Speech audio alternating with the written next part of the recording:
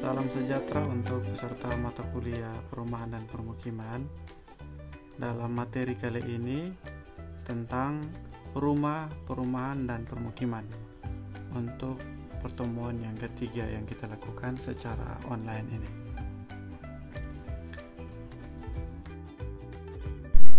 Yang paling pertama tentang rumah. Menurut Kamus Besar Bahasa Indonesia, rumah adalah bangunan untuk tempat tinggal. Apalagi menurut Undang-Undang Nomor 1 Tahun 2011, yaitu rumah adalah bangunan gedung yang berfungsi sebagai tempat tinggal yang layak huni. Di sini untuk pembinaan keluarga, cerminan harta dan martabat penghuninya. Apalagi rumah itu bisa menjadi aset bagi pemiliknya. Jadi ada kata kunci yaitu tentang tempat. Rumah sebagai sebuah tempat yang layak huni, menjadi sebuah sarana untuk membina kehidupan berkeluarga, menjadi simbol atau cerminan harkat martabat penghuninya, serta sebagai aset akan kepemilikannya. Jadi rumah itu juga sebagai aset. Ini beberapa hal yang penting untuk keberadaan sebuah rumah. Berikut Undang-Undang Nomor 1 Tahun 2011 itu tentang perumahan dan kawasan permukiman. Bagian awalnya menjelaskan bahwa setiap orang berhak untuk hidup secara lahir dan batin. Artinya bisa untuk bertempat tinggal, mendapatkan lingkungan yang baik dan sehat. Dan artinya itu merupakan kebutuhan dasar manusia. Itu hal yang penting menjadi latar belakang akan Undang-Undang Perumahan dan Kawasan Permukiman ini. Yang berikut kita mulai dulu dari nomor 7. Kita lihat di bagian bawah itu terlihat bahwa rumah adalah bangunan gedung yang berfungsi sebagai tempat tinggal yang layak, seperti yang tadi sudah dijelaskan di slide sebelumnya. Dan rumah di sini bersifat tunggal, tetapi ketika dia bersifat majemuk, maka dia disebut sebagai perumahan. Itu kita bisa lihat di poin nomor 2. Perumahan adalah kumpulan rumah atau sebagian dari permukiman, baik perkotaan maupun pedesaan, yang dilengkapi dengan prasarana, sarana, dan utilitas umum. Itu semuanya untuk pemenuhan rumah yang layak huni. Jadi untuk perumahan baiknya tidak hanya rumah-rumah saja yang dibangun, tetapi ada prasarana dan sarana serta utilitas untuk pendukungnya bisa berfungsi sebagai perumahan yang layak huni. Yang berikut, permukiman adalah bagian dari lingkungan hunian.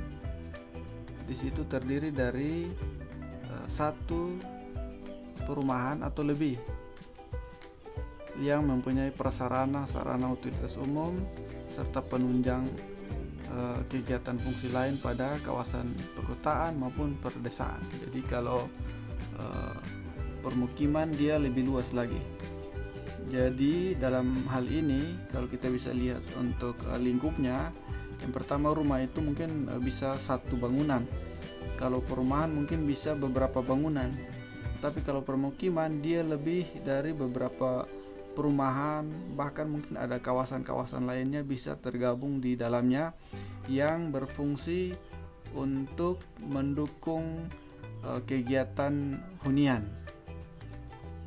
Jadi ada tempat bekerja, ada tempat untuk berolahraga, ada tempat untuk bertamasya, ada tempat sebagai sumber penghasilan di alam dan sebagainya. Itu bagian dari permukiman. Dan untuk rumah juga terdiri dari beberapa jenis. Yang pertama rumah komersil, rumah swadaya, rumah umum, rumah khusus, dan rumah negara. Dan semua itu mempunyai fungsinya masing-masing. Jadi untuk penyelenggaraan perumahan itu dilakukan untuk memenuhi kebutuhan rumah sebagai salah satu kebutuhan dasar manusia bagi peningkatan dan pemerataan kesejahteraan masyarakat. Oleh karena itu, penyelenggaraan rumah atau perumahan dilaksanakan oleh pemerintah, baik pemerintah maupun pemerintah daerah, atau setiap orang yang menjamin hak setiap warga negara untuk menempati, menikmati, dan atau memiliki rumah yang layak dalam lingkungan yang sehat, aman, dan serasi serta teratur. Itu penyelenggaraan perumahan perlu melihat akan hal-hal itu. Kemudian dalam penyelenggaraan perumahan itu mulai dari perencanaan, pembangunan, pemanfaatan, dan pengendalian.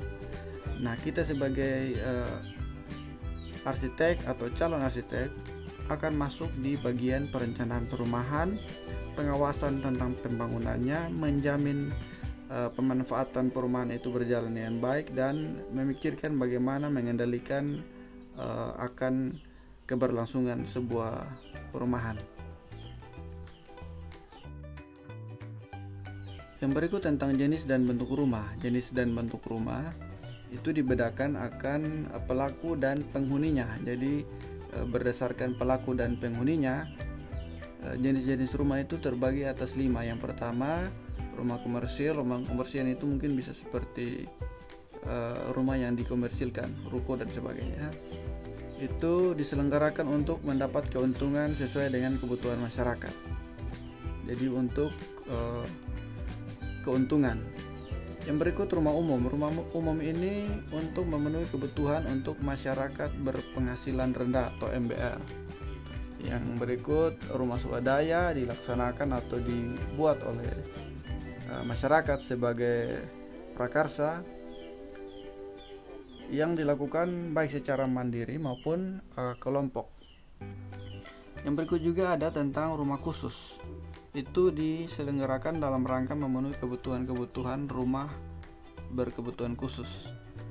Fungsi-fungsi khusus dimaksud mungkin rumah khusus untuk fungsinya, atau contohnya rumah dokter, rumah dosen, rumah tentara, polisi, dan sebagainya. Itu fungsi-fungsi khusus yang tidak umum. Namun rumah umum itu mendapatkan kemudahan dan bantuan dari pemerintah atau pemerintah daerah.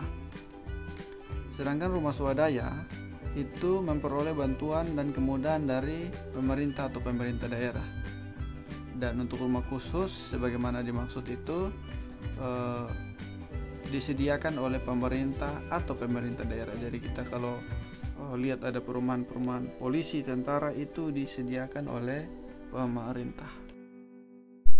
Kemudian bentuk rumah sebagaimana dimaksud yang tadi itu dalam kaitan dengan keterikatan atau hubungan antar bangunan, maka bentuk rumah meliputi yang pertama rumah tunggal, rumah yang berdiri sendiri, rumah deret, rumah yang berjajar atau rumah memanjang, dan rumah susun. Jadi rumah tunggal dan rumah deret itu bersifat horizontal, sedangkan rumah susun itu bersifat vertikal.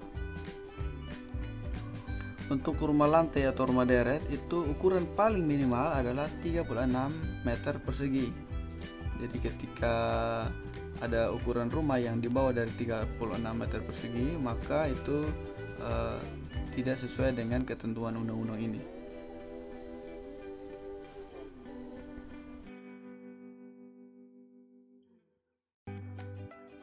Sedangkan dalam merencanakan dan merancang rumah, yang dilakukan adalah rumah itu diciptakan untuk rumah yang layak huni. Kemudian mendukung upaya pemenuhan kebutuhan rumah oleh masyarakat dan pemerintah. Dan setelah itu adanya perencanaan, dan perencanaan itu juga untuk meningkatkan tata bangunan dan lingkungan yang lebih terstruktur. Jadi perlu perencanaan dan perencanaan yang sebaik mungkin untuk mempertimbangkan beberapa hal ini, tentang kelayak huniannya, yang berikut tentang pemenuhan kebutuhan rumah oleh masyarakat, dan membuat bangunan dan lingkungan itu lebih tertata dan terstruktur.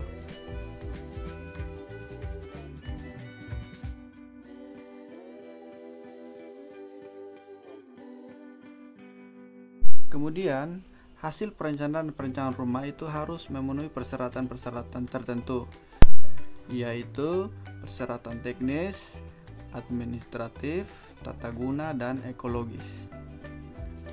Dan persyaratan itu menjadi syarat utama akan terbitnya izin mendirikan bangunan atau biasa disebut IMB. Kemudian perencanaan dan perencanaan rumah yang dimaksud itu merupakan bagian dari perencanaan perumahan dan permukiman. Jadi ketika merencanakan rumah perlu juga melihat tentang regulasi terkait perumahan atau keruangan yang berkaitan dengan fungsi dari rumah yang akan dibangun tersebut.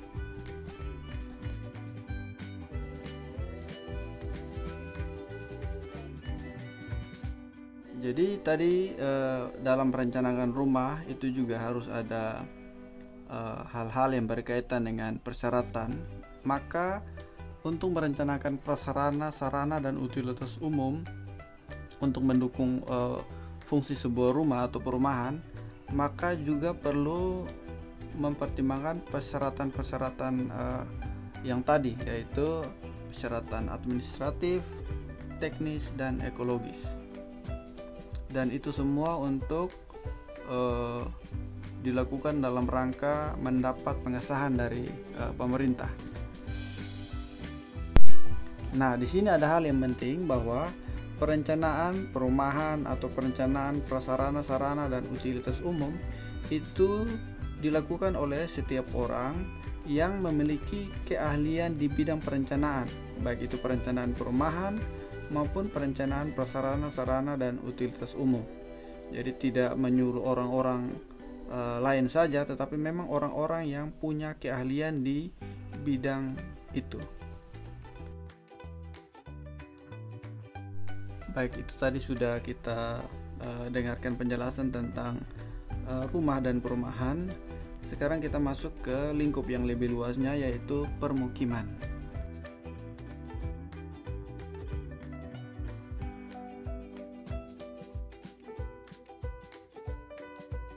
Di sini penyelenggaraan kawasan permukiman itu dilakukan untuk mewujudkan wilayah yang berfungsi sebagai lingkungan hunian dan tempat kegiatan yang mendukung kehidupan yang terencana, menyeluruh, terpadu, dan berkelanjutan sesuai dengan rencana tata ruang. Jadi kawasan permukiman itu untuk mendukung lingkungan hunian itu bisa berkegiatan atau berjalan dengan baik, yang ketika dilakukan secara terencana, menyeluruh, terpadu, dan berkelanjutan, maka penyelenggaraan kawasan permukiman itu bisa dikatakan baik. Dan penyelenggaraan kawasan permukiman itu bertujuan untuk memenuhi hak warga negara atas tempat tinggalnya, tempat tinggal yang layak, yang sehat, aman, serasi, teratur, dan menjamin kepastian untuk bermukim.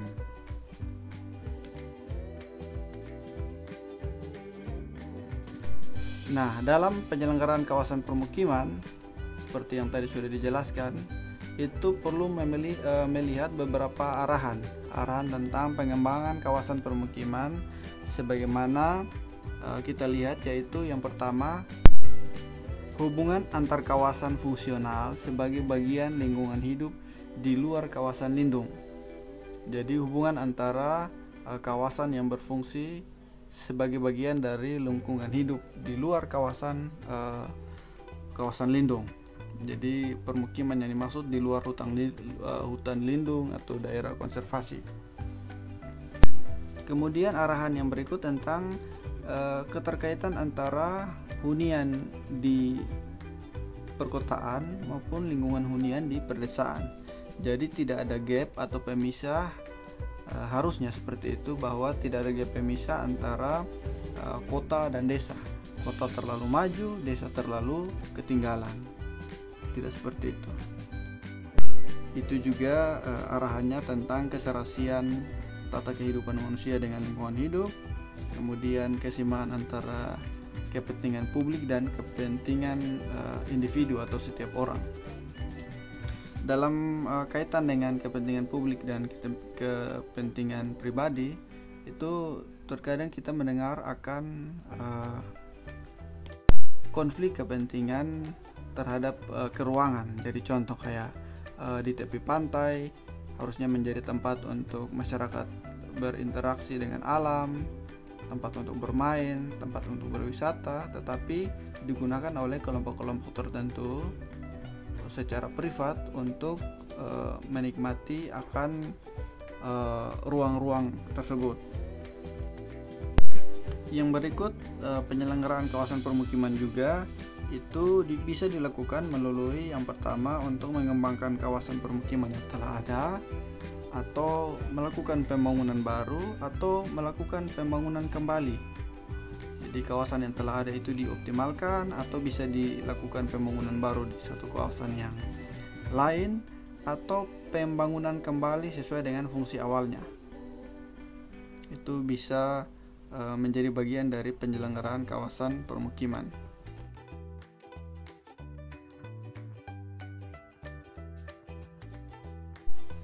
Di sini kita bisa lihat bahwa untuk perencanaan kawasan permukiman itu harus dilakukan sesuai dengan tata ruang wilayah. Jadi kata kuncinya yaitu tentang tata ruang wilayah. Setelah itu didukung oleh dokumen-dokumen pendukung yang sesuai dengan yang disyaratkan.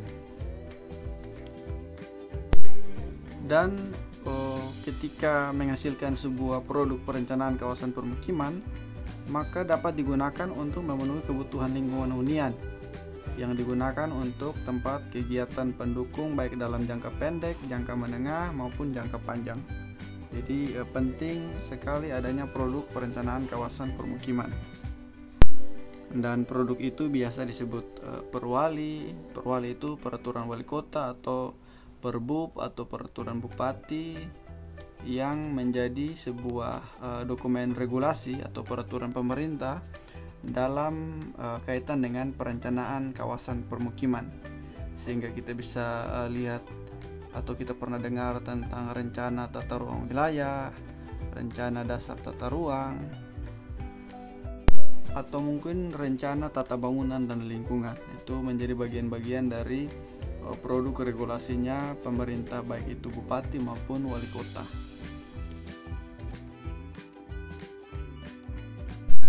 Dan menjadi hal yang penting bahwa peningkatan sumber daya perkotaan atau pedesaan itu menjadi bagian dari perencanaan kawasan permukiman. Jadi kawasan permukiman itu direncanakan agar meningkatkan sumber daya baik itu di perkotaan maupun pedesaan.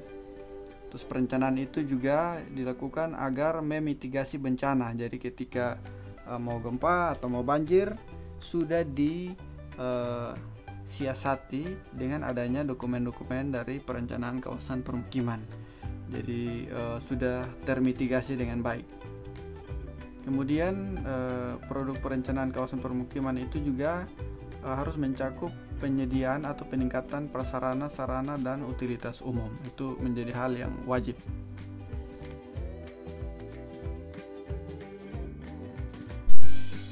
Baik, di sini kita lihat tentang sebuah gambar, yaitu tentang Kota Kupang. Di situ terlihat bagaimana banyak sekali bangunan-bangunan, baik itu rumah tinggal, perkantoran, ada area hijau, ada area pantai.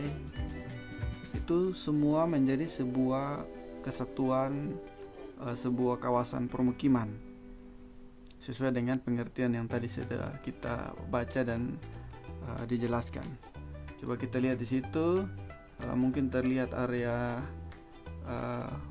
Pasar Oeba yang ada tanjung reklamasinya ke dalam, yang area padat di bagian tengah itu mungkin area Kuanino, ada lapangan itu mungkin lapangan Polda, di area perkantoran, di bagian kanan bagian depan itu ada area perhotelan, terlihat ada Hotel Aston, ada tempat perbelanjaan, Lipo Plaza dan sebagainya. Jadi ada banyak sekali fungsi dalam sebuah kawasan permukiman seperti ini.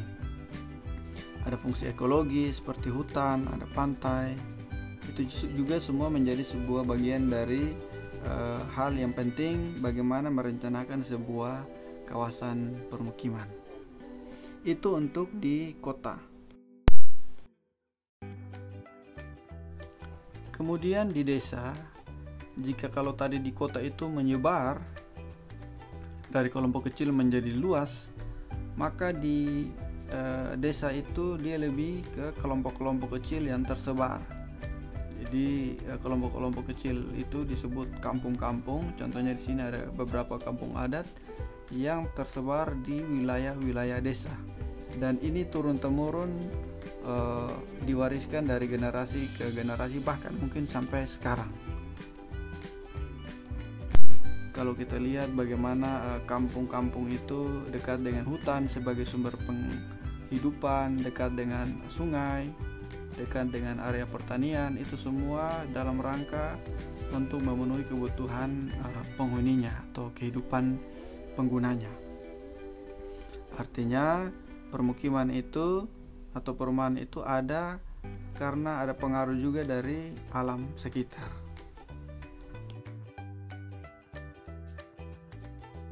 Jadi kita ada dalam kesimpulan bahwa rumah, perumahan, dan permukiman itu menjadi sebuah bagian yang tidak bisa terpisahkan. Dan adanya rumah, perumahan, dan permukiman itu datang dari hak hidup setiap orang untuk bertempat tinggal. Jadi kalau satu orang datang tinggal di satu rumah, ketika 100 orang maka 100 rumah, atau 100 kepala keluarga 100 rumah, maka itu juga akan menjadi sebuah tempat untuk hidup. Ketika hidup maka ada persyaratan tentang lingkungan yang sehat, lingkungan yang baik, yang merupakan kebutuhan dasar manusia. Dan adanya rumah dan perumahan serta permukiman itu menjadi tempat yang sangat strategis untuk pembentukan watak manusia, bahkan menjadi watak serta kepribadian bangsa. Itu sangat mempengaruhi seperti itu. Sehingga ini menjadi hal yang penting untuk sebagai upaya membangun manusia Indonesia seutuhnya berjati diri, mandiri, dan produktif. Ini sebagai bagian dari amanah Undang-Undang Nomor 1 Tahun 2011. Di bawah itu terlihat ada gambar seorang suster dan seorang ibu berjilbab, di mana ketika keterhubungan antara lingkungan itu baik, maka akan meminimalisir gap-gap yang terjadi di masyarakat. Jadi diharapkan semua lingkungan dapat berfungsi dengan baik, sehingga semua masyarakat dapat berinteraksi secara baik dan terjalin. Kalau dalam kondisi pandemi COVID-19, tinggal disesuaikan dengan protokol kesehatan yang berlaku. Baik, demikian perkuliahan kita kali ini. Sampai jumpa di perkuliahan yang keempat di minggu depan. Jangan lupa semua yang sudah saya sampaikan ini dicatat, diringkas untuk menjadi absen dalam perkuliahan ketiga ini. Sekian dan terima kasih. Tuhan memberkati.